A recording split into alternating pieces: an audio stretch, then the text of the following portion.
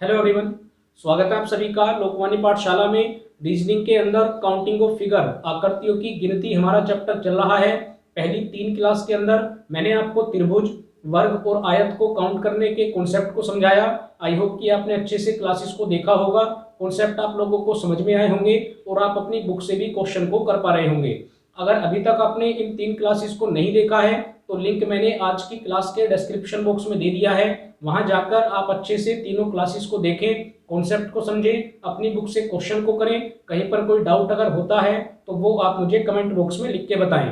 इसके अलावा अगर अभी तक आपने चैनल को सब्सक्राइब नहीं किया है तो चैनल को भी सब्सक्राइब कर लीजिए। लोकवाणी पाठशाला चैनल का नाम है, खुद भी सब्सक्राइब करें, अपने साथ पढ़ने वाले दोस्तों से भी सब्सक्राइब कराएं ताकि आप सभी को नए कॉन्सेप्ट की जानकारी हो और हर आगे आने वाली क्लास से आप लोग अपडेट रहें। तो भाई पिछली क्लास के अंदर मैंने आप लोगों को बताया था कि अगली 1 से 2 क्लास में हम एग्जाम वाले क्वेश्चन को करेंगे।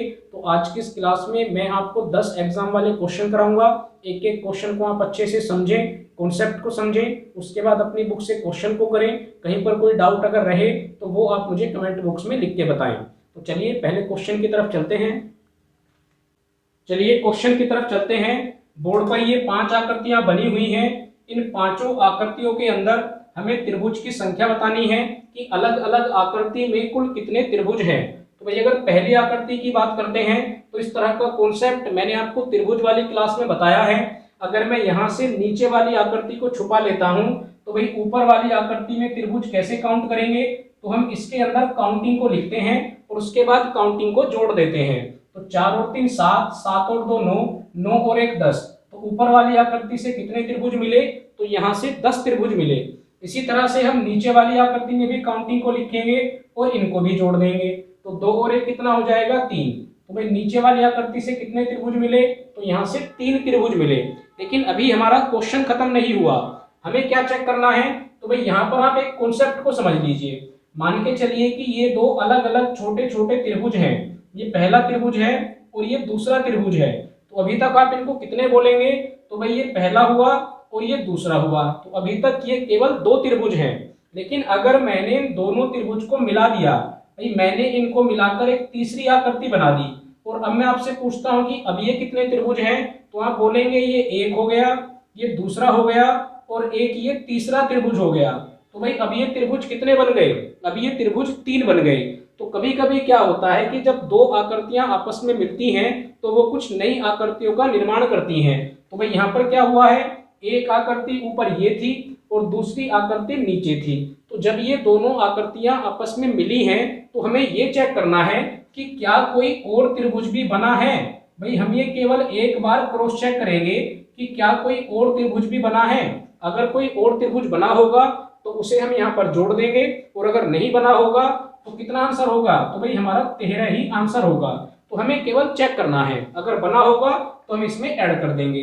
अब चेक करने के लिए आपको क्या चीज समझनी है? भाई जब ये दोनों आकृतियां एक दूसरे से मिली तो जो नए वाला तीसरा त्रिभुज बना उसका कुछ हिस्सा पहली आकृति में था और कुछ हिस्सा दूसरी आकृति में था।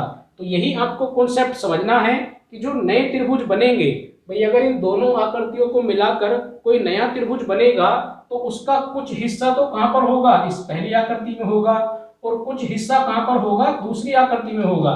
तभी तो इन दोनों आकृतियों को मिलाकर वो त्रिभुज बनेगा। तो हमें केवल उस त्रिभुज को चेक करना है। चलिए देखते हैं। तो भाई दोनों आकृतियों को हम कुछ इस तरह से मिला सकते हैं। ये दोनों आकृतियां यहां पर आकर मिल रही हैं। अब इन दोनों आकृतियों के अंदर तो भाई यहाँ पर तो हम त्रिभुज काउंट कर चुके, ये सारे त्रिभुज हमने काउंट कर लिए हैं, और इसी तरह से नीचे हमने ये वाले त्रिभुज भी काउंट कर लिए हैं। तो क्या आपको कोई ऐसा त्रिभुज दिखाई दे रहा है जो इन दोनों आकृतियों को मिलाकर बनेगा? तो भाई फिलहाल इस पहली आकृति में ऐसा कोई त्रिभुज नहीं है जो इन दोनों आकृतियों को मिलाकर बने, क्योंकि भाई अगर आप इस त्रिभुज की बात कर रहे हैं तो ये केवल पहली आकृति से बना हुआ है। अगर आप इस त्रिभुज की बात करेंगे तो ये केवल दूसरी आकृति से बना हुआ है। जबकि मैंने आपको क्या समझाया? हमें त्रिभुज ऐसा चाहिए जिसका कुछ हिस्सा पहली आकृति में हो और कुछ हिस्सा दूसरी आकृति में हो। तो पहली और दूसरी आकृति को मिलाकर यहाँ पर कोई भी त्रिभुज नहीं बन रहा है, इसलिए आपका करेक्ट आंसर कितना होगा? आपका करेक्ट आंसर 13 ही होगा। लेकिन इस कॉन्सेप्ट को आप हर क्वेश्चन के अंदर लगाएंगे।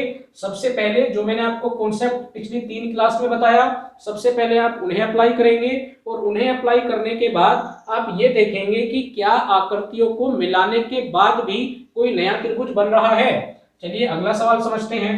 भाई सवाल के अंदर अगर मैं यहाँ से ये लाइन हटा देता हूँ जो आपको क्वेश्चन के अंदर दी गई है, तो बिल्कुल ऐसी आकृति भी मैंने आपको त्रिभुज के अंदर बताई है। और वहां मैंने आपको क्या कॉन्सेप्ट बताया था कि भाई अगर मैं त्रिभुज के अंदर एक और त्रिभुज को बना देता हूं तो ये जो अंदर त्रिभुज बना है ये अकेला त्रिभुज कितने त्रिभुज का निर्माण करता है, तो भाई ये 4 त्रिभुज का निर्माण करता है। 1 2 3 और 4, तो ये 4 त्रिभुज तो अंदर बन गए और एक ये बड़े वाला त्रिभुज होगा जिसके अंदर ये 4 त्रिभुज बने हैं। तो ये कॉन्सेप्ट भी मैंने आपको बताया था। कैसे कैलकुलेट करना बताया था, भाई अंदर एक त्रिभुज बना तो उसने कितने त्रिभुज बनाए, 4, और वापस हम इसमें क्या जोड़ देते हैं, एक बड़े वाला त्रिभुज हम इसमें जोड़ देते हैं, तो टोटल कितना हो जाता है, 5 हो जाता है। अब हम इस फिगर के अंदर पहले ये चेक करते हैं कि त्रिभुज के अंदर कितने त्रिभुज बने हुए हैं। तो भाई एक त्रिभुज तो ये बना हुआ है, ठीक है, एक त्रिभुज ये बना हुआ है, तो भाई कितने त्रिभुज बने हुए हैं, 2। एक त्रिभुज कितने का निर्माण करता है, 4 का। तो भाई अगर 2 बने हुए हैं तो इन्होंने अंदर कितने त्रिभुज बना लिए होंगे, तो इन्होंने अंदर की तरफ 8 त्रिभुज बना लिए होंगे। तो भाई 8 तो ये हो गए। एक हम लास्ट में कौन सा जोड़ते हैं, एक हम ये लास्ट में बड़े वाला जोड़ते हैं। तो भाई टोटल कितने हो गए, तो 8 + 1 टोटल हो गए 9। अब जो लाइन मैंने हटाई थी, अगर मैं इस लाइन को वापस डाल देता हूं तो भाई आप देखिए इस लाइन को डालने से कितने त्रिभुज बने। तो भाई एक त्रिभुज तो ये बना और एक त्रिभुज ये बना। देखिए अगर मैं लाइन को हटाऊंगा तो ये पूरा त्रिभुज मैं काउंट कर चुका हूं, किसके अंदर, 8 + 1 के अंदर।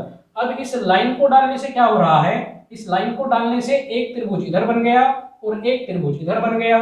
तो कितने त्रिभुज और बन गए, तो भाई 2 त्रिभुज और बन गए। आप इनको 3 काउंट नहीं करेंगे कि 1 और 2 नंबरिंग डाल के आप इनको 3 काउंट कर लेंगे। क्यों, क्योंकि अगर ये लाइन नहीं होगी तो इस त्रिभुज को तो हम पहले ही काउंट कर चुके हैं, ये जो बड़े वाला त्रिभुज है। तो इसका मतलब लाइन डालने के बाद केवल ये 2 छोटे त्रिभुज बने हैं, तो उनको भी अगर मैं ऐड करता हूं तो भाई टोटल कितने हो जाएंगे, तो भाई ये हो जाएंगे 11। तो आपका कौन सा ऑप्शन करेक्ट होगा, तो पहला ऑप्शन करेक्ट होगा। आई होप कि दोनों त्रिभुज आपको अच्छे से समझ में आए हैं। चलिए आगे चलते हैं। ये तीसरी आकृति है, इसके अंदर भी हमें त्रिभुजों की संख्या को बताना है। तो भाई मैंने सबसे पहले आपको क्या बताया कि सबसे पहले आप एक एक बेसिक फिगर को चेक करें और उसके बाद इन आकृतियों को आपस में मिलाएं। तो भाई अगर मैं यहां से ये लाइन हटा देता हूं, ये दूसरे त्रिभुज की लाइन इसके अंदर आ रही है, अगर मैंने इसको हटा दिया तो भाई ये आकृति बिल्कुल कैसी बन गई, बिल्कुल पहले वाले क्वेश्चन की तरह बन गई। तो भाई यहाँ पर आप नंबरिंग कर सकते हैं, इसके अंदर 1, इसके अंदर 2। तो भाई टोटल कितने ट्राइंगल बन जाएंगे, तो 1 और 2 को जोड़ दीजिए, टोटल कितने बन गए, तो भाई ये 3 ट्राइंगल बन गए। ये 1, ये 2 और एक ये बड़े वाला 3। इतना काम आपने कर लिया। अब आप ये देखिए क्या नीचे भी कोई ट्राइंगल बन रहा है, तो भाई जो लाइन मैंने हटाई है अगर वो लाइन नहीं होगी तो यहाँ पर नीचे एक भी त्रिभुज नहीं बन रहा है। भाई जो लाइन मैंने हटा दी, अगर मैं उस लाइन को वापस बना देता हूं तो अब यहाँ पर त्रिभुज बनते हैं। तो अब आप इन त्रिभुज को काउंट कीजिए कि इस लाइन को बनाने से कितने त्रिभुज बढ़ गए। तो भैया आप बोलेंगे एक त्रिभुज तो ये बढ़ गया, भाई इस वाले त्रिभुज को काउंट करेंगे, ये एक पूरा त्रिभुज बन गया और एक इसी के अंदर एक ये छोटे वाला त्रिभुज बन गया। तो भाई यहाँ से कितने त्रिभुज बन गए हैं, तो यहाँ से आपके पास 2 त्रिभुज बन गए हैं। ये पहला त्रिभुज बन गया और एक ये दूसरा ये वाला ये पूरा त्रिभुज बन गया। और इसी तरह से बिल्कुल सेम आकृति इधर बनी हुई है। तो भाई एक तो ये बड़े वाला त्रिभुज बन जाएगा और एक ये छोटे वाला त्रिभुज बन जाएगा। तो दोनों साइड से कितने त्रिभुज एक्स्ट्रा आ रहे हैं, तो भाई दोनों साइड से 4 त्रिभुज एक्स्ट्रा आ गए। आपको बात समझ में आई। भाई अगर इसको मैं लाइन को यहाँ से हटा देता हूँ तो इस लाइन को हटाने से पहले, इस लाइन को हटाने के बाद हमारे पास कितने त्रिभुज हैं, केवल 3 त्रिभुज हैं। लेकिन जब मैंने इस लाइन को लगा दिया तो अब कितने त्रिभुज और बन गए, तो भाई 2 त्रिभुज बन गए राइट साइड में और 2 त्रिभुज बन गए लेफ्ट साइड में। तो टोटल कितने हो जाएंगे, तो 4 और 3 को अगर मैं जोड़ दूंगा तो ये आपके पास 7 त्रिभुज हो जाएंगे। आई होप कि तीनों क्वेश्चन आपको समझ में आए हैं। चलिए भाई आगे चलते हैं। इस तरह की आकृति भी मैंने आपको त्रिभुज वाली क्लास में बताई है। अगर मैं यहाँ से इस लाइन को हटा देता हूँ, भाई ये जो इसके अंदर एक्स्ट्रा लाइन है थोड़ी देर के लिए अगर मैं इसे हटा देता हूं तो इस आकृति के अंदर त्रिभुज हम कैसे काउंट करेंगे? तो भाई सबसे पहले हम किसी एक आधार पर काउंटिंग को लिखेंगे। काउंटिंग को लिखने के बाद जोड़ देंगे, कितना हो जाएगा 3। उसके बाद हम इन आधार को गिनते हैं कि कितने आधार इस त्रिभुज के अंदर बने हुए हैं। 1 2 3 4 जितने आधार बने होते हैं उसकी हम संख्या में गुना कर देंगे तो ये कितना आ जाएगा? तो भाई ये आ जाएगा 12। यानी अभी तक इस आकृति में कुल 12 त्रिभुज बने हुए हैं। तो भाई इसका काम खत्म हो गया। अब उस लाइन की बात करते हैं जो इस आकृति में दी गई थी। तो भाई अगर ये लाइन इस आकृति के अंदर दी गई है तो आप देख सकते हैं बिल्कुल पहले जैसी आकृति दोबारा बन गई। भाई ये अगर इतनी आकृति की हम बात करते हैं तो दोबारा से क्या बन गई? दोबारा से पहले वाली आकृति बन गई। इसके अंदर कितने बेस हो गए? तो भाई एक बेस ये हो गया और एक बेस ये हो गया, वापस 2 बेस बन गए हैं। तो वापस हम काउंटिंग को लिखेंगे 1 और 2। काउंटिंग को लिखने के बाद जोड़ेंगे तो कितना हो जाएगा 3। इस बार बेस यानी आधार कितने हैं? तो भाई एक आधार ये है और एक आधार ये है, तो टोटल कितने आधार हो गए? तो भाई 2 आधार हो गए। इनकी हम आपस में गुना कर देंगे तो कितने ट्राइंगल, कितने त्रिभुज और बने? तो यहाँ से 6 त्रिभुज और बने। तो भाई 12 ये बन गए थे, 6 ये बन गए थे, टोटल कितने हो गए? तो भाई टोटल अभी तक हो गए हैं 18। अब इसके बाद भी हमें क्या देखना है, जो मैं आपको पहली आकृति के अंदर बताकर आया हूं कि क्या इन दोनों आकृतियों को मिलाकर भी कुछ त्रिभुज बन रहे हैं। भाई जब ये लाइन यहां से डली तो क्या इस लाइन ने कुछ और त्रिभुज का निर्माण किया? तो भाई हमने बाहर वाले सारे काउंट कर लिए, अंदर वाले काउंट कर लिए, लेकिन क्या इस लाइन से भी कोई त्रिभुज बना है? तो बिल्कुल बना है। भाई अगर मैं इस लाइन को डालता हूं तो एक त्रिभुज तो ये निकल के आएगा जिसकी हमने काउंटिंग अभी तक नहीं की है। भाई ये लाइन ही नहीं थी, अगर ये लाइन नहीं थी तो ये त्रिभुज ही नहीं गिना गया था। ये त्रिभुज कब बना? इस लाइन के आने से बना। तो इस लाइन के आने से ये बाहर एक त्रिभुज बन गया, तो भाई एक त्रिभुज तो ये हो गया। और एक आप देख सकते हैं एक ये छोटे वाला त्रिभुज बन रहा है, ये वाला, इसकी भी काउंटिंग अभी तक हमने नहीं की है। तो भाई इस एक लाइन के डलने से लेफ्ट हैंड साइड में कितने त्रिभुज बने? तो भाई 2 त्रिभुज बने। इसका मतलब जब ये लाइन राइट हैंड साइड में आई होगी तो यहाँ पर भी एक त्रिभुज तो ये वाला बना होगा, ठीक है, और दूसरा त्रिभुज कहाँ पर बनेगा? तो दूसरा त्रिभुज ये बनेगा जिसकी काउंटिंग हमने अभी तक नहीं की है। तो 2 लेफ्ट में बने, 2 राइट में बने, तो भाई टोटल कितने बन गए? टोटल 4 बन गए। तो 18 और 4 को जोड़ देंगे तो इस क्वेश्चन का आंसर कितना होगा? तो भाई इस क्वेश्चन का आंसर होगा 22। आई होप कि ये भी आपको समझ में आया हो। चलिए अगला सवाल देखते हैं। इस आकृति के अंदर हम कैसे कैलकुलेट करेंगे? तो अभी हमने जैसे पिछले वाला सवाल किया, भाई सबसे पहले हम इस वाली आकृति को लेंगे, ये जो इतनी आकृति है, ठीक है, सबसे पहले इतनी आकृति को लेंगे। इसके अंदर हम काउंटिंग को लिखेंगे, यहाँ पर हो जाएगा 1, यहाँ पर हो जाएगा 2, दोनों को जोड़ेंगे, कितना आया 3। उसके बाद आप बेस काउंट कर लीजिए, तो भाई एक बेस तो ये बन रहा है, बेस यानी आधार, और एक आधार ये बन रहा है। तो भाई कितने आधार हैं? तो भाई 2 आधार हैं। जितने आधार होंगे उसकी गुना कर देंगे तो टोटल कितना आया? 6 आया। अब इसी तरह से नीचे वाले त्रिभुज को देखेंगे। भाई अगर इसकी बात करते हैं तो ये भी इसी तरह की आकृति है।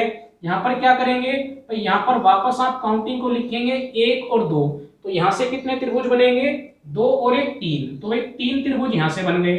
टोटल कितने हो गए? तो भाई अभी तक 9 त्रिभुज हो गए। अब आप ये देखिए कि क्या इन दोनों आकृतियों को मिलाकर, भाई एक आकृति तो हमने ये वाली काउंट की है और एक आकृति हमने ये वाली काउंट की है।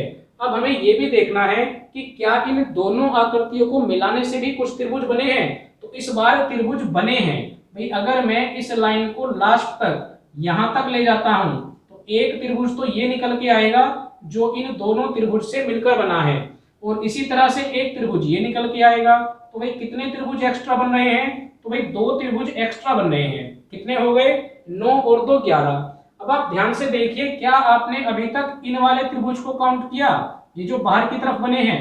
तो भाई एक त्रिभुज ये बना हुआ है, एक त्रिभुज ये वाला बना हुआ है, एक त्रिभुज ये वाला बना हुआ है, और एक त्रिभुज ये वाला बना हुआ है। तो टोटल अभी कितने त्रिभुज और बने हुए हैं? 4 और बने हुए हैं। तो 9 और 2 11, 11 और 4 15। तो भाई इस क्वेश्चन का आंसर कितना होगा? तो इस क्वेश्चन का आंसर 15 होगा। चलिए आगे चलते हैं, अगली आकृति को समझते हैं। तो ये भी भाई आसान है। अगर मैं यहाँ से इस लाइन को हटा देता हूँ तो आप बिल्कुल पहले की तरह काउंट करेंगे। इसके अंदर आप नंबरिंग को लिखेंगे 1 2 3 4, उसके बाद आप इनको जोड़ देंगे तो 4 और 3 7, 7 और 2 9, 9 और 1 10। तो अभी तक इस आकृति में कितने त्रिभुज हैं? तो भाई यहाँ पर 10 त्रिभुज हैं। अब यहाँ पर एक लाइन डलने से क्या हुआ भाई, वही पहले वाला कॉन्सेप्ट लग गया कि अब यहाँ पर इस लाइन के डलने से ये कुछ त्रिभुज, छोटे छोटे त्रिभुज और बन गए। तो वापस हम इसी कॉन्सेप्ट को ऊपर लगाएंगे। यहाँ पर हम काउंटिंग को लिखेंगे 1 2 3 और इनको भी हम जोड़ देंगे 3 और 2 5, 5 और 1 6। तो भाई कुल कितने त्रिभुज निकल के आएंगे? तो भाई यहाँ से कुल 16 त्रिभुज निकल के आएंगे। भाई इस लाइन के डलने से केवल ऊपर ही त्रिभुज बने हैं, नीचे कोई त्रिभुज नहीं बना है। तो हमारा करेक्ट आंसर क्या होगा? 16। आगे चलते हैं। यहाँ पर आपको आयत की संख्या बतानी है।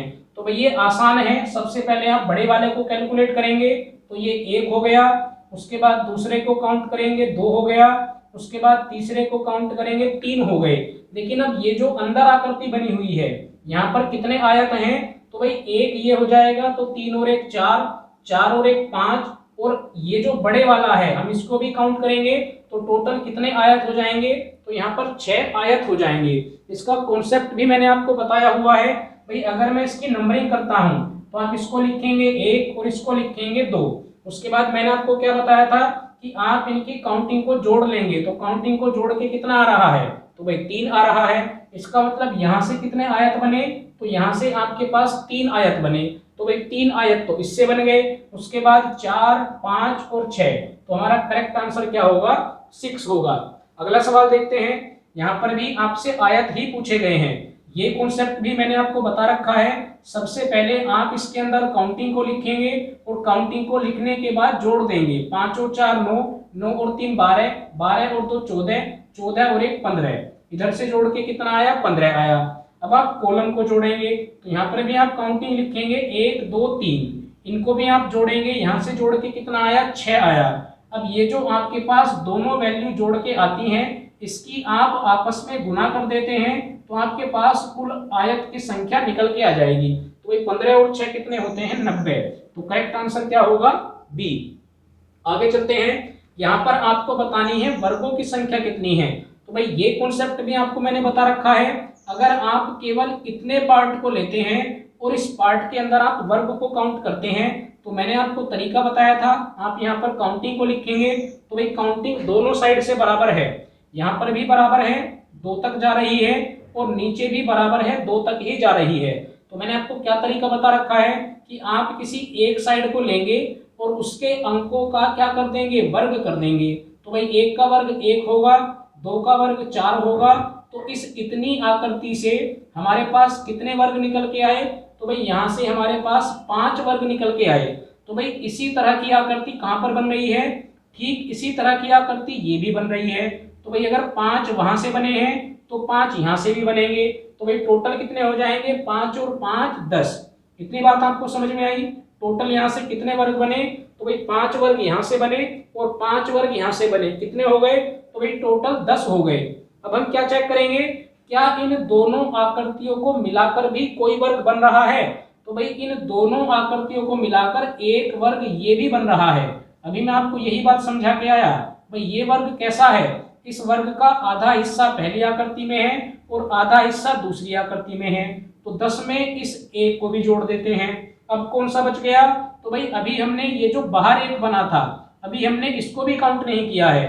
एक बार यहाँ पर बना हुआ था और एक बाहर यहाँ पर बना हुआ था। भाई अगर हम देखेंगे तो अभी तक हमने केवल इतनी आकृति को काउंट किया था। इधर से 5 को काउंट कर लिया, फिर इधर से 5 को काउंट कर लिया।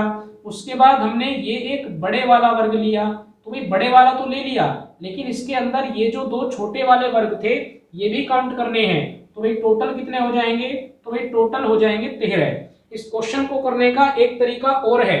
भैया आप ये देखिए कि इस आकृति से कितने आपको वर्ग मिले? तो यहाँ से आपको 5 वर्ग मिले। तो ऐसी कितनी आकृति बन रही है? तो भाई एक तो ये बन रही है, एक दूसरी आकृति ये बन रही है और एक तीसरी आकृति ये बन रही है। तो इस तरह की 3 आकृतियां बन रही हैं। तो भाई 3 आकृति में कुल कितने वर्ग हो जाएंगे? तो यहाँ पर कुल 15 वर्ग हो जाएंगे। अब आप ये देख लीजिए कि कुछ वर्ग ऐसे हैं जो आपने पहली आकृति में भी काउंट कर लिए और वो आपने लास्ट वाली आकृति में भी काउंट कर लिए। तो भाई एक वर्ग तो ये निकल के आया, ठीक है, जो पहली आकृति के अंदर है, और एक वर्ग ये निकल के आया जो आखिरी वाली आकृति के अंदर है। तो अगर इन दो वर्ग को आप यहाँ से कम कर देंगे तब भी आपका आंसर कितना आएगा, तब भी आपका आंसर 13 ही आएगा। आई होप कि आपको बात समझ में आई है। चलिए लास्ट क्वेश्चन की तरफ चलते हैं। ये कॉन्सेप्ट भी आपको बताया हुआ है।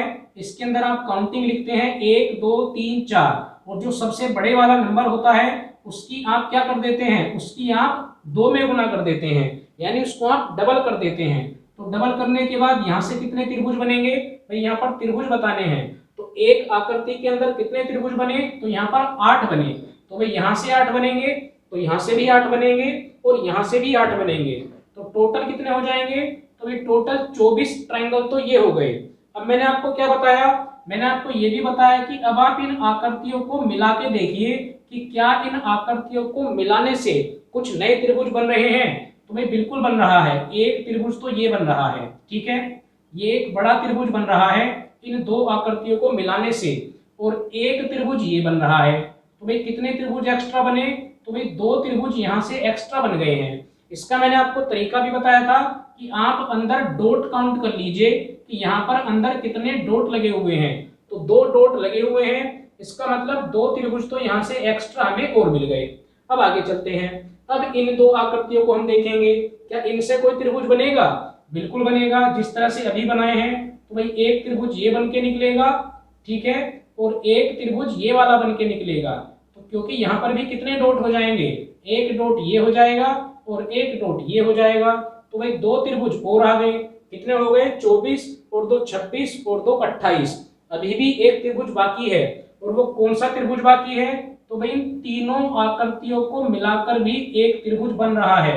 इन तीनों आकृतियों को जब मैंने मिलाया तो ये एक बड़ा त्रिभुज और बन के आया। तो भाई +1 हम और कर देंगे और आपका करेक्ट आंसर क्या होगा, करेक्ट आंसर आपका होगा 29।